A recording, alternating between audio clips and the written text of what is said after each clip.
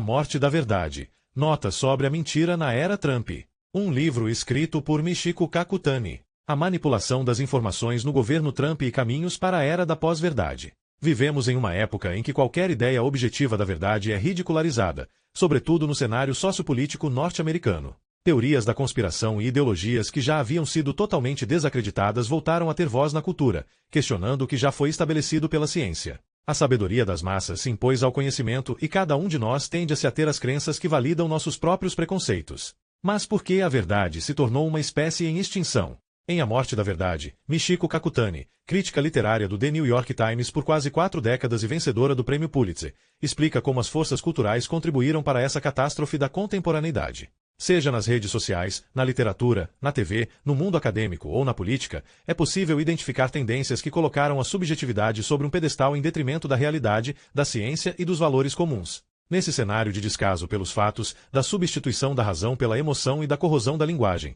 que diminuem o próprio valor da verdade, o que pode acontecer com os Estados Unidos e com o restante do mundo?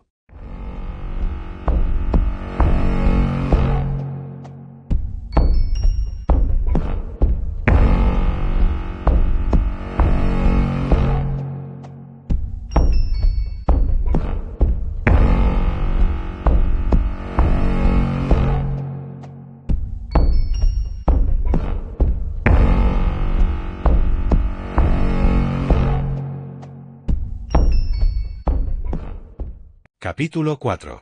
O desaparecimento da realidade. Surreal e caos se tornaram duas dessas palavras utilizadas a todo momento por jornalistas tentando descrever a realidade nos Estados Unidos na segunda década do novo milênio, no momento em que 19 crianças são mortas todos os dias no país, 2 em que o presidente dos Estados Unidos disputa uma queda de braço nuclear com Kim Jong-un, presidente da Coreia do Norte, em que sistemas de inteligência artificial estão escrevendo poesia e contos, em que está ficando cada vez mais difícil distinguir entree as manchettes do The Onion e da CNN. A atuação desequilibrada de Trump na presidência representa um tipo de clímax nesse processo de distorção da realidade, mas a crescente desorientação que as pessoas vêm sentindo por conta da desconexão entre o que sabem ser verdade e o que os políticos dizem, entre o senso comum e o funcionamento do mundo, tem suas origens nos anos 1960, quando a sociedade começou a se fragmentar e as narrativas oficiais, promovidas pelo governo, pelo establishment e pelas elites, começaram a desmoronar, e o ciclo das notícias começou a se acelerar. Em 1961, Philip Roth escreveu que a realidade americana atordoa, ofende, enfurece. 3 De acordo com Roth, os jornais nos enchem de consternação e espanto. Isso é possível? Está mesmo acontecendo. E claro, de nojo e desespero. Os dilemas, os escândalos, as insanidades, as traições, as idiotices, as mentiras, as hipocrisias, o ruído. A impressão de Roth de que a realidade estava superando a imaginação dos escritores de ficção e gerando personagens reais como Richard Nixon e Roy Cohn, dignos de causar inveja a qualquer romancista, se repetiria mais de meio século depois, com os escritores de sátiras e thrillers de espionagem na era Trump. E sua observação de que os romancistas estavam tendo dificuldades em lidar imaginativamente com um mundo que consideravam confuso ajuda a explicar por que o jornalismo, especialmente aquele que Tom Wolfe chamou de New Journalism, começou a suplantar a ficção no ato de retratar a vida nos anos 1960. Como atestou a antologia da Esquire apropriadamente intitulada Smiling Through the Apocalypse, Sorrindo em Meio ao Apocalipse, que reuniu matérias clássicas publicadas na revista, da autoria de escritores como Norman Mailer, Michael R. Gay Talese. Os políticos sempre distorceram a realidade, mas a TV, e mais tarde a internet, lhes deu novas plataformas para prevaricar. Quando o estrategista republicano Lee Atwater observou nos anos 1980 que a percepção é a realidade, 4 estava articulando, sem rodeios, um insight sobre a psicologia humana que Homero conhecia muito bem quando imortalizou Ulisses como um trapaceiro astuto, adepto da fraude e da dissimulação. Mas quando usou esse preceito a sangue frio, apostando em temas controversos para gerar polarização e promover a estratégia do Partido Republicano nos estados sulistas 5, criando o infame anúncio de Willie Orton na campanha presidencial de 1988, Atwater introduziu no mainstream da política americana um pavoroso estilo maquiavélico de vencer a todo custo, que faz uso dos meios de comunicação como sistema de divulgação. Quase 3 décadas depois, Trump daria o papel de Willie Orton aos imigrantes e, voltando um pouco mais no tempo, trocaria os comentários racistas sutis ou disfarçados pela retórica racista mais explícita de George Wallace. Ao mesmo tempo, compreendeu instintivamente que esse novo cenário governado pela internet e a crescente ignorância de alguns eleitores tornavam mais fácil do que nunca influenciar seus medos e ressentimentos ao promover narrativas virais e convincentes que servem de base para realidades alternativas. Trump também aumentou seus esforços para desacreditar o jornalismo, taxar matérias como fake news e atacar os repórteres, classificando-os de inimigos do povo, um termo arrepiante usado outrora por Lenin e Stalin. O problema não é que Trump apenas tenha mentido de maneira espontânea e desavergonhada, mas que essas centenas e centenas de mentiras tenham se acumulado para criar histórias igualmente falsas, que se encaixam perfeitamente nos medos das pessoas. Ele descreveu os Estados Unidos como um país devastado pelo crime, quando, na verdade, a taxa de criminalidade exibia baixas históricas, menos da metade do que era no seu pico em 1991. Ponto 6 disse ser um país assolado por ondas de imigrantes violentos, quando, na verdade, estudos mostram que os imigrantes são menos propensos a cometer crimes violentos do que os cidadãos nascidos nos Estados Unidos. Alegou que os imigrantes são um fardo para o país e que deveriam ser investigados com mais cuidado, quando, na verdade, 31 dos 78 prêmios Nobel norte-americanos, desde 2000, foram conquistados por imigrantes, e os imigrantes e seus filhos ajudaram a fundar cerca de 60% das principais empresas de tecnologia dos Estados Unidos, com um valor estimado de quase 4 trilhões de dólares. Em suma, Trump criou uma imagem de uma nação em apuros, que precisava muito de um salvador. Muito antes de entrar na política, Trump usava a mentira como ferramenta nos seus negócios. 7 alegou que seu principal edifício, a Trump Tower, tinha 68 andares, quando, na verdade, tem apenas 58. Também se passou por um profissional de relações públicas chamado John Barron ou John Miller para criar uma identidade falsa com a qual pudesse exaltar suas conquistas, as de Trump. Mentiu para se mostrar melhor do que era, para arranjar negócios sob falsos pretextos e para manipular as expectativas das pessoas. Tudo isso era puramente transacional. A única coisa que importava era fazer a venda. Trump passou anos como empreendedor imobiliário e estrela de reality show, 8 vendendo promiscuamente sua marca, em hotéis, coleções de roupa masculina, água mineral, universidade, carne, vodka e produtos para o lar.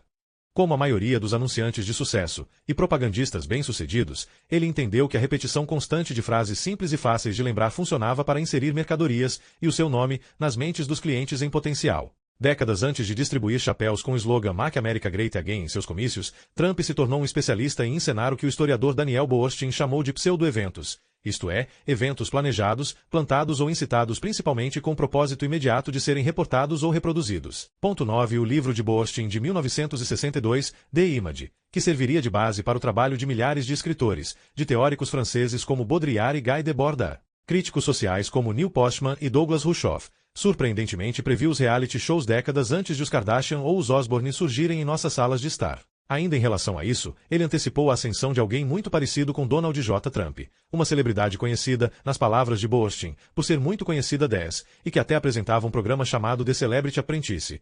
Ponto 11 As descrições que Boorstin fez do empresário circense e showman do século XIX, P.T. Barnum, que dirigia um museu de curiosidades na cidade de Nova York repleto de embustes, como uma sereia, que, no fim das contas, eram os restos de um macaco, costurados à cauda de um peixe, talvez pareçam estranhas para os leitores contemporâneos. Um autoproclamado príncipe dos impostores, 12 cuja grande descoberta não foi o quão fácil era enganar o público, mas sim o quanto o público gostava de ser enganado, desde que estivesse sendo entretido. Boorstin escreveu em The Image que, da mesma maneira que as imagens estavam substituindo os ideais, a ideia de credibilidade estava substituindo a ideia de verdade. 13 As pessoas estavam pouco interessadas em saber se algo era um fato, o que importava era se parecia conveniente acreditar nele. E como a verossimilhança substituiu a verdade como medida, a arte socialmente recompensada passou a ser aquela que faz as coisas parecerem verdadeiras. Não é de se admirar que os novos mestres do universo no início de 1960 fossem os Mad Men da Madison Avenue. Baudrillard levaria essas observações ainda mais longe, sugerindo que, na cultura atual, centrada na mídia, as pessoas passaram a preferir o hiperreal, isto é, as realidades simuladas ou fabricadas, como os parques da Disney, ao chato e cotidiano deserto do real. 14 Artistas como Jorge Luiz Borges, William Gibson, Stanislaw Lem, Philip K. Dick e Federico Fellini trabalharam com temas semelhantes, criando histórias nas quais as fronteiras entre o real e o real e o imaginado, o humano e pós-humano, se mesclam, se sobrepõem e até desmoronam. No canto.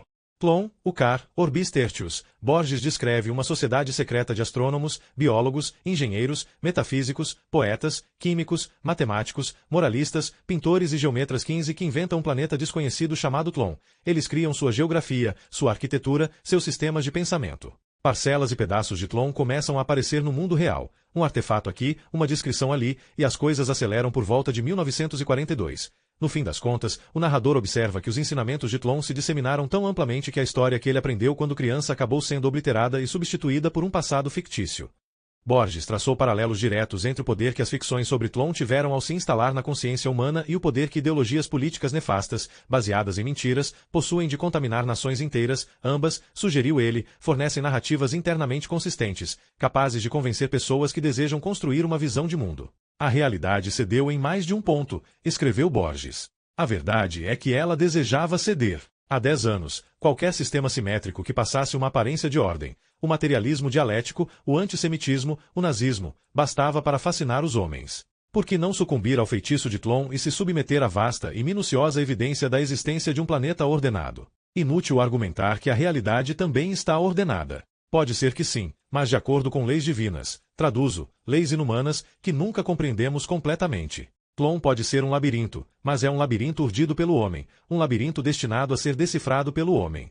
16 Os romances de Thomas Pynchon exploram temas similares, mais relevantes do que nunca num mundo que sofre com uma sobrecarga de informações. Vivendo em uma espécie de vertigem espiritual, seus personagens se perguntam se os paranoicos têm razão, se existem, de fato, conspirações malignas e intenções ocultas conectando todos os pontos. Ou se os niilistas estão por dentro de algo, de que não há sinal em meio ao ruído, apenas caos e aleatoriedade. Se existe algo de reconfortante, religioso, se você preferir, a respeito da paranoia, escreveu ele em O Arco-Íris da Gravidade. Existe também a antiparanoia, onde nada está ligado a nada, uma condição que muitos de nós não seriam capazes de suportar por muito tempo. 17 No documentário de 2016 intitulado Hypernormalization, o cineasta britânico Adam Curtis, apostando na montagem, criou uma reflexão expressionista sobre a vida na era da pós-verdade. O título, que também parece aludir a Baudrillard, foi retirado de um termo cunhado pelo antropólogo Alexei Urchak para descrever a vida nos últimos anos da União Soviética, quando as pessoas percebiam o absurdo da propaganda que o governo vendia para elas havia décadas,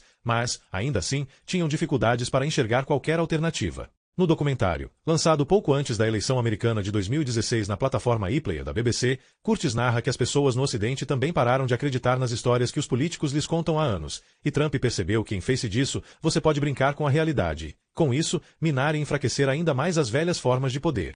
18 Alguns aliados de Trump na extrema-direita também procuram redefinir a realidade em seus próprios termos. Utilizando-se da iconografia do filme Matrix, no qual o herói pode escolher entre duas pílulas, uma vermelha, representando o conhecimento e as duras verdades da realidade, e uma azul, representando a ilusão e a negação soporíficas. Membros da direita alternativa e alguns grupos que defendem os direitos dos homens oprimidos falaram sobre dar uma pílula vermelha aos mais alienados. 19 O que significa converter as pessoas à sua causa. Em outras palavras, vender sua realidade alternativa e invertida, na qual os brancos sofrem com a perseguição, o multiculturalismo representa uma grave ameaça e os homens são oprimidos pelas mulheres. Alice Marvick e Rebecca Lewis, autoras de um estudo sobre a desinformação online 20 argumentam que uma vez que um grupo tenha aceitado a pílula vermelha relativa a um assunto, provavelmente estará aberto a outras ideias extremistas. Culturas online que costumavam ser relativamente apolíticas estão começando a se inflamar com uma raiva de cunho racial. Algumas comunidades dedicadas à ficção científica, fandoms e videogames, após aceitarem um antifeminismo nada surpreendente, estão começando a adotar ideias de nacionalistas brancos.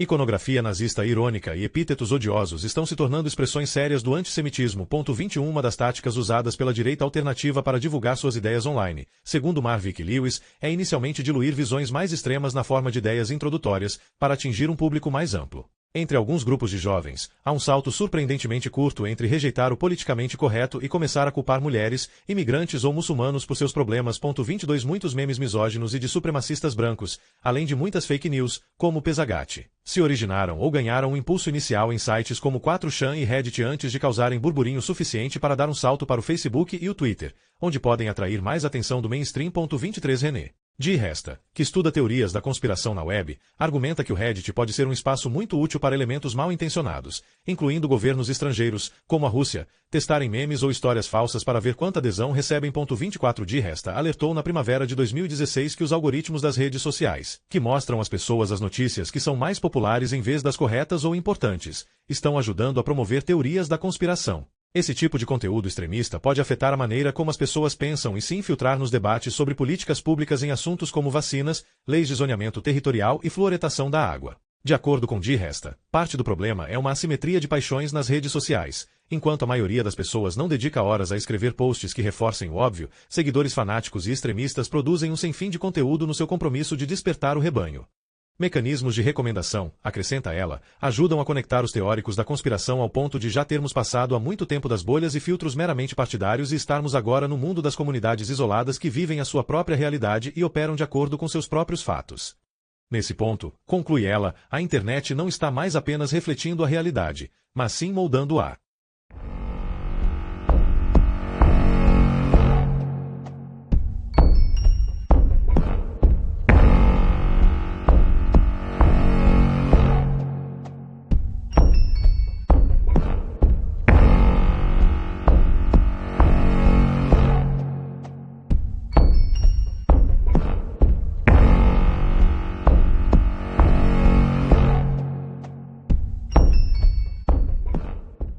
Capítulo 5. A apropriação da linguagem. O escritor James Carroll observou certa vez que a linguagem está para os humanos como a água está para os peixes. Estamos imersos na linguagem. Pensamos em uma linguagem. Vivemos em uma linguagem.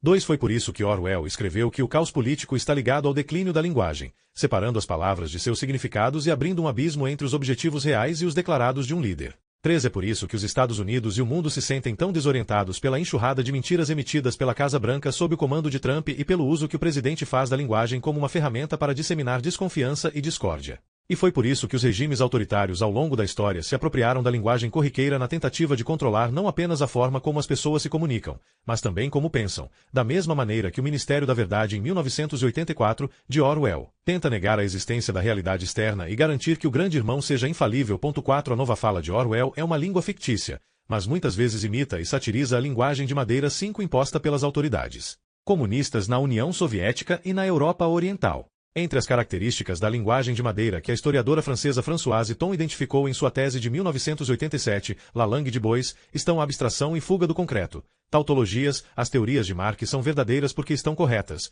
Metáforas ruins, o povo fascista entoou seu canto de cisne. E maniqueísmo que divide o mundo em coisas boas e más, sem meios termos. 6. O Partido Comunista de Mao também adotou um plano de engenharia linguística após tomar o poder na China em 1949, criando um novo vocabulário político. Algumas palavras foram suprimidas, outras foram impregnadas com novos significados, e slogans do partido retumbaram na mente das pessoas por meio de repetições constantes. 7. Todos foram levados a pensar que havia maneiras corretas e incorretas de se falar, fosse na hora de entregar um relatório de trabalho ou participando de uma sessão compulsória de autocrítica. Um dos relatos mais detalhados da história sobre como o totalitarismo afeta a linguagem cotidiana foi escrito por Victor Klemperer, um linguista judeu e alemão que sobreviveu à Segunda Guerra Mundial em Dresden. 8. Klemperer manteve um notável conjunto de diários narrando a vida sob o domínio nazista na Alemanha, os diários de Victor Klemperer, e escreveu um estudo, LTI, a linguagem do Terceiro Reich, sobre como os nazistas usavam palavras como pequenas doses de arsênico 9 para envenenar e corromper por dentro a cultura alemã. O livro é um estudo de caso angustiante sobre como o Reich penetrava a carne e o sangue do povo por meio de expressões idiomáticas e estruturas de frases que foram impostas a eles em 1 milhão de repetições e internalizadas de forma mecânica. É também um alerta, tão desconcertante quanto 1984, de Orwell, para outros países e gerações futuras sobre o quão rápida e insidiosamente um autocrata pode usar a linguagem como arma para suprimir o pensamento crítico, inflamar a intolerância e sequestrar uma democracia. Klemperer não achava que Hitler se comparava a Mussolini como orador e ficou surpreso que o líder nazista, que considerava um homem raivoso e inseguro com uma voz irritante e uma propensão a berrar, tivesse tantos seguidores. Ele atribuiu o sucesso de Hitler não à sua ideologia hedionda, mas às suas habilidades em driblar outros políticos para atingir diretamente as pessoas. A palavra vol era mencionada constantemente, e Hitler se apresentava como sendo a voz do povo, seu Messias. 10. Os grandes espetáculos, na verdade, pseudo-eventos, que Goebbels e ele fizeram ajudaram. O esplendor dos estandartes, dos desfiles, das guirlandas, das fanfarras e dos coros que cercavam os discursos de Hitler, observou Klemperer, funcionavam como um estratagema publicitário muito eficaz, que acabou misturando a imagem do Führer à grandeza do Estado. Assim como na União Soviética e na China maoísta, as palavras sofreram uma metamorfose sinistra na Alemanha nazista. Como aponta Klemperer, a palavra fanatis, fanático, passou de algo que denota uma qualidade ameaçadora e repulsiva associada à sede de sangue e à crueldade para um epíteto excessivamente elogioso, evocando a devoção e a coragem necessárias para alimentar o Reich. 11. Camperiche, agressivo, beligerante, também se tornou uma palavra de louvor, significando uma admirável autoafirmação por meio da defesa ou do ataque. Enquanto isso, a palavra sistema foi menosprezada, pois estava associada à República de Weimar, que os nazistas odiavam da mesma maneira que os republicanos de direita hoje se incomodam com o que chamam de Estado Profundo. Mein Kampf, Minha Luta, de Hitler, foi publicado em 1925, e Klemperer observa que o livro literalmente estabeleceu as características essenciais da oratória e da prosa nazista. 12. Em 1933, essa linguagem de um grupo se tornou a linguagem do povo. Seria como se, digamos, o jargão da direita alternativa, seu uso codificado da linguagem para identificar correligionários, seus insultos raciais e misóginos, fosse incorporado de forma massiva e fizesse parte do discurso político e social cotidiano. Klemperer dedicou um capítulo inteiro à obsessão dos nazistas por números e superlativos. Tudo tinha que ser melhor ou maior. Se um alemão do Terceiro Reich fizesse uma caçada de elefantes, ele teria que se vangloriar de que acabará com os maiores elefantes do mundo, em números inimagináveis, com a melhor arma da Terra. 13. Muitos dos números dos próprios nazistas. Por exemplo, soldados inimigos mortos, prisioneiros capturados, audiência da radiotransmissão de um comício. Eram tão exagerados que adquiriram o que Klemperer chama de aspecto de conto de fadas. Em 1942, ele escreve: Hitler diz no Rei Shasta que Napoleão lutou na Rússia com temperatura de menos 25 graus Celsius, mas que ele, o comandante Hitler, havia lutado com menos 45 graus Celsius, até mesmo menos 52 graus Celsius. Klemperer continua: todas as mentiras e hipérboles acabaram chegando a um ponto em que se tornaram desprovidas de sentido e totalmente ineficazes, dando origem, por fim, a uma crença exatamente oposta ao que se pretendia. A desonestidade de Trump é tão extrema que as agências de notícias recorreram à elaboração de longas listas das mentiras que ele contou, dos insultos que proferiu e das normas que violou, além de contratar equipes de verificadores de fatos. A falta de vergonha encorajou os políticos a seu redor a mentirem com mais cara de pau do que nunca. Republicanos no Congresso, por exemplo, mentiram descaradamente sobre os efeitos que seu pacote fiscal teria sobre o déficit e sobre a Seguridade Social, assim como mentiram sobre o quanto isso ajudaria a classe média. Na verdade, o pacote havia sido pensado para dar isenções fiscais para as grandes empresas e para os muito ricos. O ataque de Trump à linguagem não se limita à sua torrente de mentiras, estendendo-se também a uma tomada de palavras e princípios intrínsecos ao Estado de Direito e sua contaminação por questões pessoais e partidarismo político. Ao fazer isso, ele substitui a linguagem da democracia e seus ideais pela linguagem da autocracia. Ele exige lealdade não à Constituição dos Estados Unidos, mas a si próprio, e espera que membros do Congresso e do Judiciário aplaudam suas políticas e desejos, independentemente do que eles acreditam melhor atender aos interesses do povo norte-americano. Com outras frases, Trump executou o perturbador artifício orwelliano: guerra é paz, liberdade é escravidão, ignorância é força.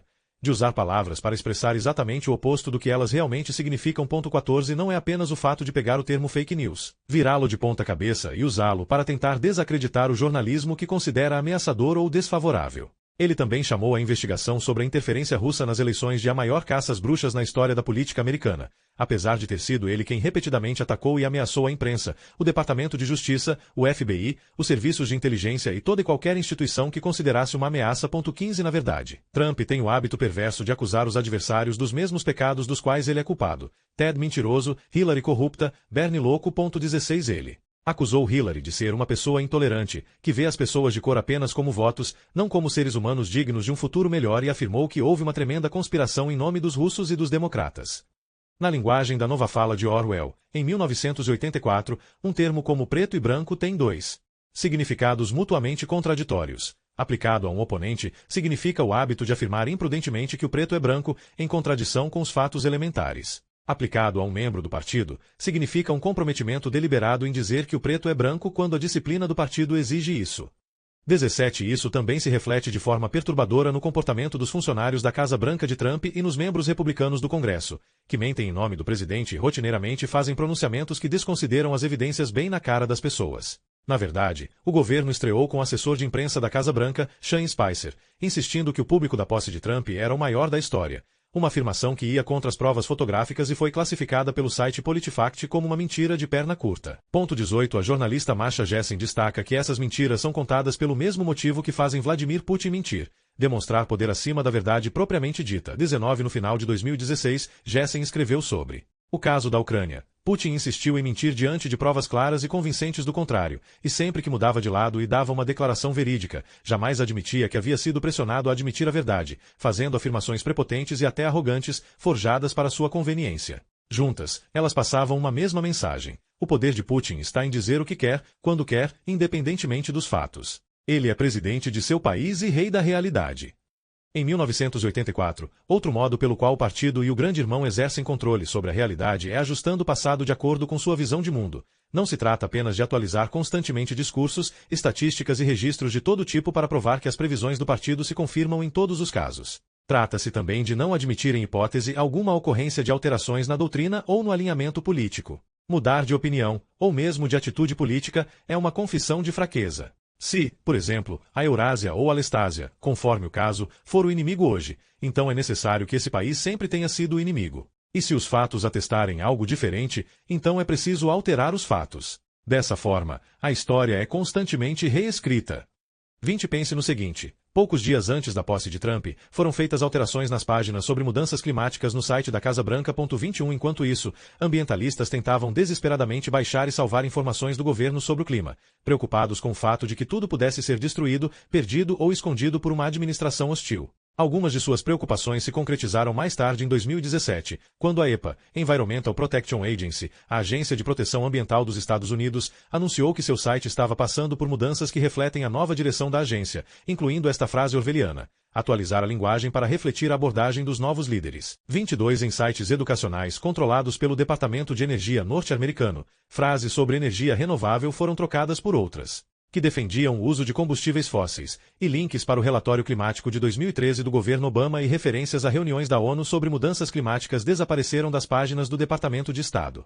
Os funcionários do USDA, United States Department of Agriculture, o Departamento de Agricultura dos Estados Unidos, foram informados de que suas postagens nas redes sociais deveriam ser revisadas pelos administradores para remover referências a prioridades políticas e iniciativas da administração anterior. 23. Depois que o Serviço Nacional de Parques retuitou fotos aéreas que comparavam o público nas posses de Trump e de Obama, a equipe digital da agência foi instruída a suspender temporariamente o uso do Twitter.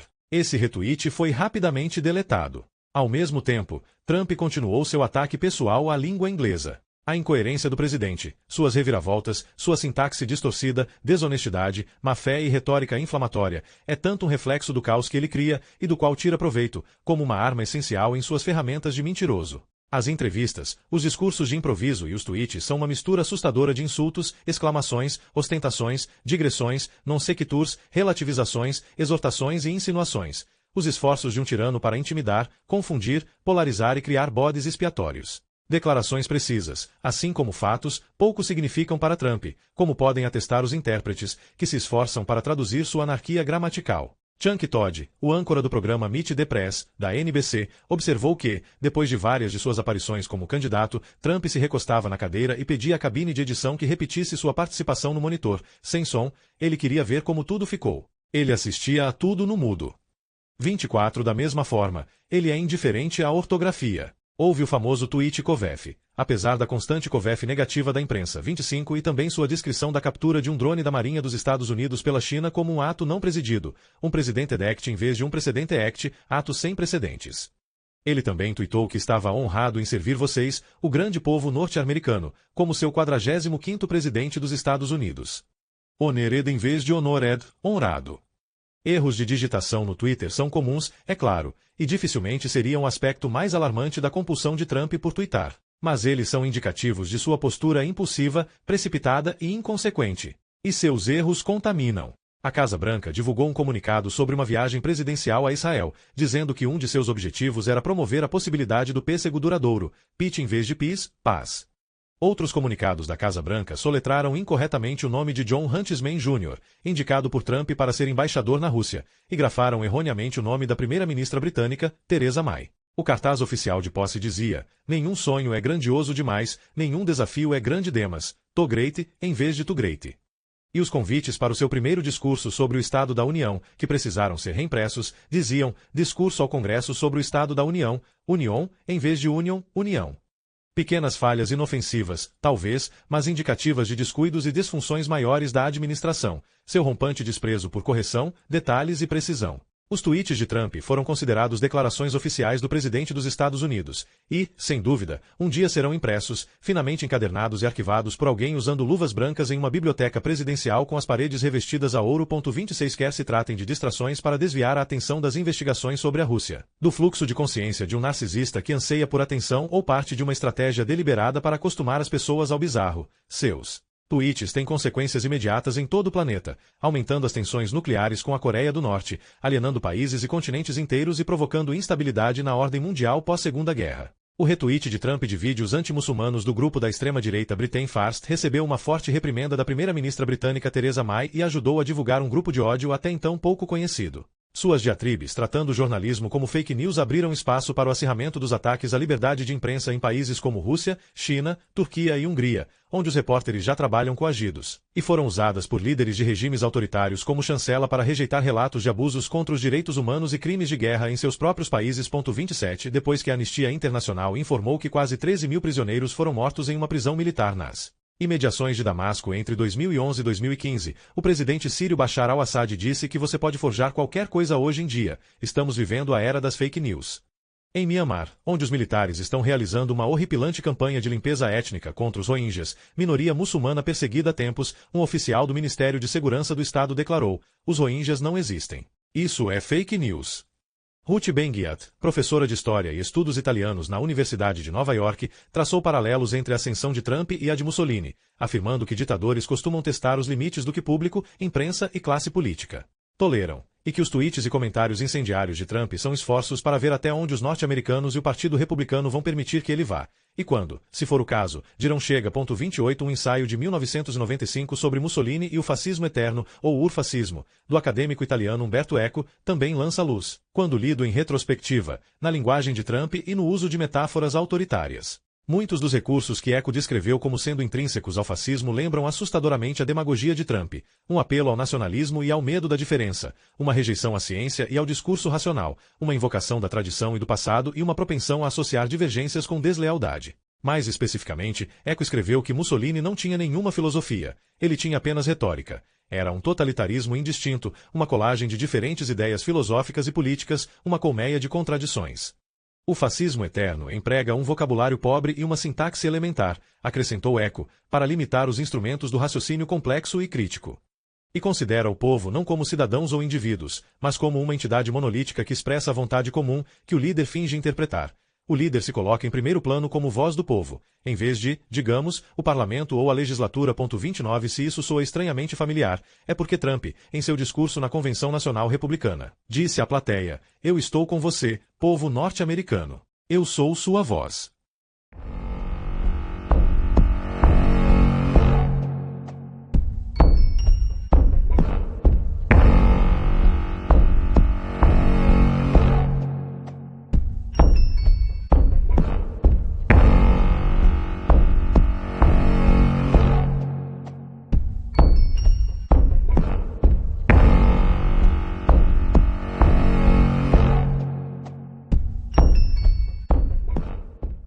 Capítulo 6. Filtros, bolhas e tribos. Pouco antes da eleição de 2004, Arthur Miller, dramaturgo e entusiasta do liberalismo, perguntou-se: como as pesquisas podem estar tão acirradas se eu não conheço nenhum eleitor de Bush?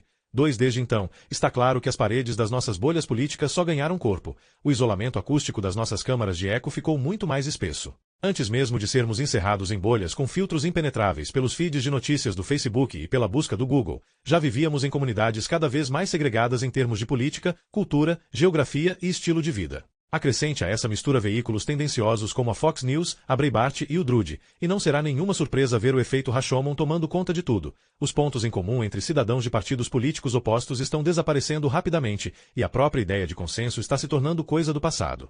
Uma pesquisa realizada em 2016 pelo Centro de Pesquisas Pew revelou que 45% dos republicanos enxergam as políticas democratas como uma ameaça ao bem-estar da nação, e 41% dos democratas dizem o mesmo sobre as políticas do Partido Republicano. A animosidade vai muito além da divergência política. É pessoal. Nesse levantamento da Pew, 70% dos democratas disseram que os republicanos têm a cabeça mais fechada. Ao mesmo tempo, 47% dos republicanos responderam que os democratas são mais imorais do que outros norte-americanos e 46% que são mais preguiçosos. 3 Esse partidarismo está sendo amplificado por trolls russos, que procuram minar a democracia norte-americana ampliando as divisões sociais com fake news e perfis falsos em redes sociais, e pelo presidente Trump, que usa comentários inflamados para agradar sua base e atormentar seus adversários. É revelador que o velho lema norte-americano e pluribus unum, entre muitos, tenha sido retirado da moeda presidencial comemorativa de Trump e substituído por seu slogan Make America Great Again. 4 Essas divisões crescentes nos Estados Unidos existem há poucas décadas, segundo o livro The Big Sort, de Bill Bishop. Ele escreveu que nos anos 1950, 1960 e 1970 parecia que as comunidades estavam se tornando mais integradas politicamente e que também havia uma convergência econômica, à medida que a prosperidade do Cinturão do Sol, Sunbelt, se espalhava pelo sul. Mas Bishop aponta que algo aconteceu por volta de 1980. As pessoas começaram a reorganizar suas vidas em torno de seus valores, gostos e suas crenças, em parte como resposta à desordem social e cultural deixada pelos anos 1960. Pessoas com diploma universitário eram atraídas em direção às cidades, enquanto áreas rurais ficavam para trás economicamente. 5 De acordo com Bishop, como perdemos a confiança nas instituições tradicionais, os tênues vínculos do local de trabalho se mostraram insuficientes para satisfazer a necessidade das pessoas de se sentirem pertencentes a algo. 6 Em resposta, as pessoas encontraram um senso de comunidade em bairros, igrejas, clubes e outras organizações com ideias semelhantes às suas. Essa dinâmica seria ampliada na velocidade da luz pela internet, por sites de notícias que abastecem pontos de vista ideológicos particulares, por fóruns de interesses específicos e pelas redes sociais, que ajudaram as pessoas a se isolarem ainda mais em bolhas de interesses compartilhados. Bishop escreveu que, na virada do milênio, as divisões eram menos sobre ideologia do que sobre gostos e valores, mas como os partidos passaram a representar o estilo de vida, e como o estilo de vida definiu as comunidades. Tudo parece divisível, republicano ou democrata. 7 Tudo, nesse contexto, se refere não apenas ao que você pensa sobre saúde pública, direitos eleitorais ou aquecimento global, mas também onde você compra, o que come ou a que tipo de filmes assiste. Um levantamento de 2017 da Pew mostrou que os norte-americanos não concordam nem sobre a importância de uma educação universitária, enquanto 72% dos democratas e simpatizantes disseram que as faculdades e universidades têm um efeito positivo no país, a maioria dos republicanos e simpatizantes, 58%, tem uma opinião negativa sobre essas instituições de ensino superior. 8 Enquanto isso, o número de pessoas no nível intermediário, independentes ou eleitores indecisos, viu sua influência, ou, no mínimo, a atenção que recebiam de muitos políticos, encolher. Em seu livro The Second Civil War, o experiente repórter de política Ronald Braustein descreveu como os conselheiros políticos de George W. Bush examinaram dados da campanha de 2000 e decidiram, em 2004, se concentrar em estimular a base e encorajar a participação entre os republicanos, um prenúncio da estratégia de dizer o que a base quer ouvir, que Trump mais tarde seguiria tão implacavelmente. Como um conselheiro de Bush disse a Braustein, isso não foi planejado para eleger um presidente com 55% de votos, mas sim para eleger um presidente capaz de transformar o máximo possível de nossas crenças em lei, enquanto controla um pouco mais que a metade do país e o Congresso. 9 Em 2016, a campanha de Hillary Clinton basicamente subestimou o voto da classe trabalhadora branca, os votos que seu marido, Bill, tinha conquistado, e focou, em vez disso, em transformar sua base. 10 A consistência ideológica cresceu com o passar dos anos. Uma pesquisa de 2014 da Pew revelou que, nas 2 décadas posteriores a 1994, mais democratas deram respostas sistematicamente liberais sobre questões políticas, assuntos como imigração, meio ambiente e o papel do governo, enquanto mais republicanos deram respostas sistematicamente conservadoras. O estudo da Pew apontou que esses membros com as visões mais consistentes de ambas as partes tinham uma influência desproporcional no processo político, tinham maior probabilidade de votar, eram mais propensos a doar dinheiro e a entrar em contato com dirigentes eleitos. 11 E existe ainda o gerrymandering, que vem favorecendo os republicanos desde que eles lançaram um esforço conjunto após a eleição de Obama em 2008 para assumir o controle dos governos estaduais, que são responsáveis por desenhar ou redesenhar os distritos eleitorais. 12 Os distritos que vêm sendo criados muitas vezes têm um limite territorial disforme, desenhado com a ajuda de programas de computador para dar aos republicanos uma vantagem substancial e conquistar e manter a Câmara dos Representantes. Outro de seus efeitos foi inclinar a orientação política dos distritos ainda mais à direita, o que deixou muitos parlamentares eleitos receosos em estabelecer alianças com democratas quando chegaram a Washington, por medo de terem seus cargos disputados por outros membros da própria direita. Para muitos desses militantes engajados, apoiar seu partido era como ser um radical, um torcedor fanático de um time das ligas de basquete, beisebol ou futebol americano. Aquilo fazia parte da sua própria identidade. Seu time não podia perder. Eles podem odiar uma política específica ou um candidato em particular, da mesma forma que culpam o técnico do time por uma jogada ruim ou abominam um jogador com um salário exorbitante e uma performance terrível que foi contratado numa troca por outro jogador. Mas vão continuar sendo torcedores fiéis até o fim dos tempos, desejando dor e humilhação para os adversários. A votação polarizada no Congresso refletiu esses acontecimentos. Em 2014, um relatório da Pew apontou que os republicanos e os democratas no Capitólio estavam mais distantes uns dos outros do que em qualquer outro momento da história moderna. O relatório também destacou que a crescente polarização entre os parlamentares eleitos era assimétrica, com grande parte do crescente abismo entre os dois partidos atribuível a um aprofundamento da inclinação à direita entre os republicanos. 13 O principal motivo dessa assimetria foi a explosão da mídia de direita. Nos anos 1990, Rush Limbaugh provou que um discurso ofensivo e um comportamento teatral, duas coisas que Donald Trump aprenderia com ele, poderiam lhe dar uma audiência nacional lucrativa e, por décadas, seus fiéis seguidores repetiam convictos qualquer coisa que ele dissesse, mesmo quando era ridículo. Em uma diatribe, Limbaugh afirmou que os 4 pilares da má-fé são o governo, a academia, a ciência e a mídia. Também declarou que os cientistas usam aventais brancos e realmente parecem autoridades, mas, na verdade, são fraudes. Eles são comprados e pagos pela esquerda. 14 Nas 3 décadas desde que a FCC, Federal Communication Commission, a Comissão Federal de Comunicações, revogou a doutrina da equidade, que exigia que as emissoras de TV e rádio dedicassem parte de sua programação aos assuntos mais importantes do dia e apresentassem opiniões divergentes sobre esses temas. E nas 2 décadas desde que Roger Ailes e Rupert Murdoch lançaram a Fox News, a imprensa de direita se tornou uma rede solipsista crescente, que repete incansavelmente suas próprias figuras de linguagem, os perigos da imigração, a desconfiança da grande mídia, o lado perverso do governo, etc., e conseguiu pautar muitos debates em âmbito nacional com base em sua pura falta de vergonha e seus decibéis elevados. 15 O Breitbart News, que Steve Bannon descreveu como uma plataforma para a direita alternativa, e a rede Sinclair, que atinge cerca de 38% dos lares norte-americanos com noticiários locais, expandiram o universo da mídia de direita ao lado de inúmeros sites, canais do YouTube e emissoras de rádio. Em uma atitude orwelliana, Sinclair até forçou os âncoras da imprensa local a lerem uma mensagem sobre as fake news que repetia a retórica que o presidente Trump usa para minar reportagens baseadas em fatos. Muitos desses canais nem mesmo tentam fornecer informações e fatos verificáveis. Em vez disso, procuram transformar o que um apresentador de talk show chama de conteúdo baseado na verdade em narrativas egocêntricas pré-fabricadas que ou ratificam as crenças do público ou reforçam seus piores medos. 16 O radialista conservador Charles Sykes observou que, nos últimos anos, a mídia conservadora criou uma bolha de realidade alternativa que destruiu nossa imunidade às fake news e ao mesmo tempo fortalecem os piores e mais irresponsáveis membros da direita. 17 Um estudo feito em Harvard em 2017 com mais de 1,25 milhão de matérias, publicadas online entre 1º de abril de 2015 e 8 de novembro de 2016, o dia da eleição, concluiu que o público a favor de Trump dependia muito dessa comunidade isolada de conhecimento, que usa as redes sociais como pilar para transmitir uma perspectiva hiperpartidária e reforça a visão de mundo em comum dos usuários, ao mesmo tempo que os envenena contra o jornalismo de massa que poderia questionar seus preconceitos. O resultado: um ambiente no qual o presidente pode fazer alusão a um evento terrorista na Suécia que nunca aconteceu, ou um assessor presidencial que pode fazer referência ao fantasioso massacre de Bowling Green.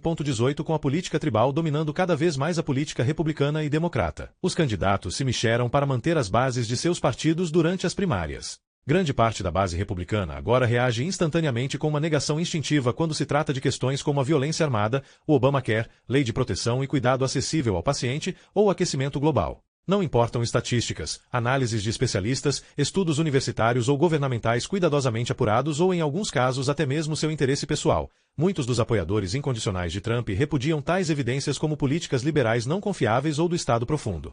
Para esse tipo de militante, a lealdade partidária e a política tribal importam mais do que os fatos, mais até do que a moral. Veja os republicanos que apoiaram o candidato ao Senado Roy Moore, acusado de assédio sexual contra adolescentes, e os apoiadores de Trump que vaiaram John McCain, um legítimo herói de guerra, e disseram cruelmente que Deus o puniu com câncer por se opor a Trump. 19 Como escreveu o jornalista Andrew Sullivan, as duradouras e complexas divisões de ideologia, geografia, partido, classe, religião e raça se transformaram em algo mais profundo, mais fácil de mapear e, portanto, muito mais nefasto. Não é uma simples polarização política, mas uma ruptura do país em duas tribos coerentes, estranhamente equilibradas no poder político, lutando não apenas pelo avanço de seu próprio lado, mas para provocar, condenar e derrotar o outro. 20 Várias teorias foram desenvolvidas para explicar por que as pessoas aceitam rapidamente informações que sustentem suas crenças e rejeitam aquelas que as contestam. Simples. As primeiras impressões são difíceis de serem descartadas, porque há um instinto primitivo de defender o próprio território. Porque as pessoas tendem a produzir respostas emocionais em vez de intelectuais ao serem questionadas e são avessas a examinar cuidadosamente as evidências. 21 O autor e professor de direito Kassunstein observou em A Era do Radicalismo que dinâmicas de grupo apenas enfatizam essas tendências. O isolamento está relacionado com frequência a uma fonte de informação limitada, e geralmente informação que reforça visões pré-existentes e um desejo de aprovação pelos seus pares. E se o líder do grupo não encoraja a divergência e estiver inclinado a uma conclusão com a qual se identifica, é altamente provável que o grupo como um todo também adote essa conclusão. 22 Sunstein escreveu que, uma vez que o grupo se isola psicologicamente, informações e visões dos que estão fora do grupo podem ser descreditadas e, consequentemente, nada perturbará o processo de polarização. Já que os membros do grupo continuam conversando.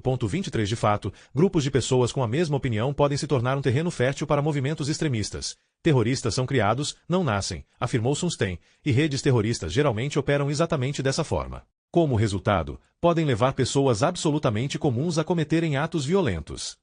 O radialista conservador Charles Sykes decidiu deixar seu programa no fim de 2016. Para ele, a política se tornou um mundo tribal binário em que os eleitores toleram comportamentos bizarros, desonestidade, grosseria e crueldade, porque o outro lado é sempre pior. 24 Seus ouvintes não toleravam suas críticas a Trump, ou suas objeções de que as teorias loucas de conspiração sobre Hillary Clinton e Barack Obama eram comprovadamente falsas. Eles se acostumaram a rejeitar as fontes de notícias tradicionais e, dessa forma, os fatos cotidianos. No livro How the Right Lost Its Mind, de 2017, ele escreveu que na cultura midiática da nova direita, informações negativas simplesmente não penetram mais. Gafes e escândalos podem ser apagados, ignorados ou distorcidos, contranarrativas podem ser lançadas. Trump provou que um candidato pode ser imune a narrativas, críticas e checagem de fatos feitas pela grande imprensa. 25 Ficaram para trás os dias em que não havia TV a cabo, quando a maioria das pessoas se informava por uma das 3 emissoras e assistia à maioria dos mesmos programas de TV, como Tudo em Família e Mary Tyler Moore Show. Novos filmes de Star Wars e o Super Bowl continuam sendo alguns dos poucos eventos que capturam um público que se espalha por todas as faixas demográficas da sociedade norte-americana. Quanto às notícias, um ambiente midiático cada vez mais fragmentado oferece sites e publicações direcionados a nichos, do mais vermelho dos vermelhos ao mais azul dos azuis. Facebook, Twitter, YouTube e muitos outros sites usam algoritmos para personalizar as informações que você vê, informações customizadas com base em dados anteriormente coletados sobre você. O ativista de internet Lee Pariser escreveu em seu livro O Filtro Invisível que com Google personalizado para todos, a consulta a células-tronco pode trazer resultados totalmente opostos para cientistas que apoiam pesquisas com células-tronco e ativistas que se opõem a elas. 26 Provas de mudanças climáticas podem trazer resultados diferentes para um ativista ambiental e um executivo de uma petroleira. Segundo pesquisas, a grande maioria das pessoas acredita que os mecanismos de busca são imparciais. Mas isso pode ser apenas porque eles estão cada vez mais inclinados a mostrar nossa própria visão. O monitor do seu computador é, cada vez mais, uma espécie de espelho unidirecional, refletindo seus próprios interesses, enquanto os algoritmos observam no que você clica. Como as redes sociais nos dão informações que tendem a confirmar nossa visão de mundo, o que Pariser chama de uma repetição infindável de nós mesmos. As pessoas vivem em bolhas de conteúdo cada vez mais restrito e em jardins murados de pensamento igualmente delimitados. 27 É um dos principais motivos pelo qual liberais e conservadores, democratas e republicanos acham difícil concordar sobre os mesmos fatos e porque um senso comum da realidade está se transformando em algo utópico. Também ajuda a explicar por que as elites de Nova York e Washington, incluindo a campanha de Hillary e boa parte da imprensa, ficaram tão chocadas com a vitória de Trump nas eleições de 2016. Em uma palestra do TED em 2011, Pariser alertou que se os algoritmos vão ser os curadores do mundo, se decidirão o que vamos ver e o que não vamos, então precisamos nos certificar de que eles não sejam determinados apenas pela relevância, mas que também nos mostrem coisas desconfortáveis, desafiadoras ou importantes, outros pontos de vista.